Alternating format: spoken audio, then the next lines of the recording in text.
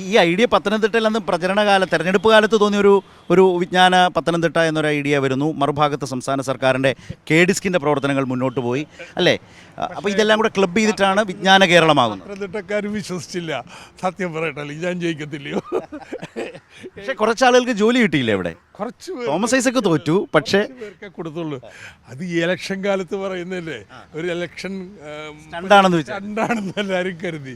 നമുക്കിങ്ങനെ വട്ടുണ്ടെന്ന് അവർക്ക് നല്ല ബോധ്യമില്ലല്ലോ, ഇങ്ങനെയൊക്കെ കാര്യങ്ങൾ ചെയ്ത് കിടക്കല്ലേ. അപ്പോൾ പത്തനംതിട്ടയിൽ ആൾക്കാർ വിശ്വസിച്ചില്ല. അപ്പോൾ ഇലക്ഷൻ കഴിഞ്ഞപ്പോൾ വിചാരിച്ച് നിർത്തിയിട്ട് ഞാൻ പോയിട്ടുണ്ടാവും, ഈ വർത്താനൊക്കെ നിർത്തിയത്. അതേ വരുന്നു കേരളം മുഴുവൻ ഇതും കൊണ്ട് നടക്കുക എന്നുള്ളതാണ്. അപ്പോൾ ഇല്ല, പത്തനംതിട്ട ഇപ്പോൾ 3000 പേർക്ക് ജോലി കൊടുത്തു. 3000 പേർക്ക് കൊടുത്തു. വിദേശത്താണോ അതോ രാജ്യത്തിനകത്ത് തന്നെയാണ്? 3000 പേർക്ക് പല കമ്പനികളിലായി. ഈ 3000 പേർക്ക് പത്തനംതിട്ടയിൽ 6 മാസം കൊണ്ടാണ് കൊടുത്തത്. ഇവിടെ ആലപ്പുഴയിലെ 3000 പേർക്ക് ഒരു ദിവസം കൊണ്ടാണ് കൊടുക്കാൻ പോണേ. അതാ വ്യത്യാസം.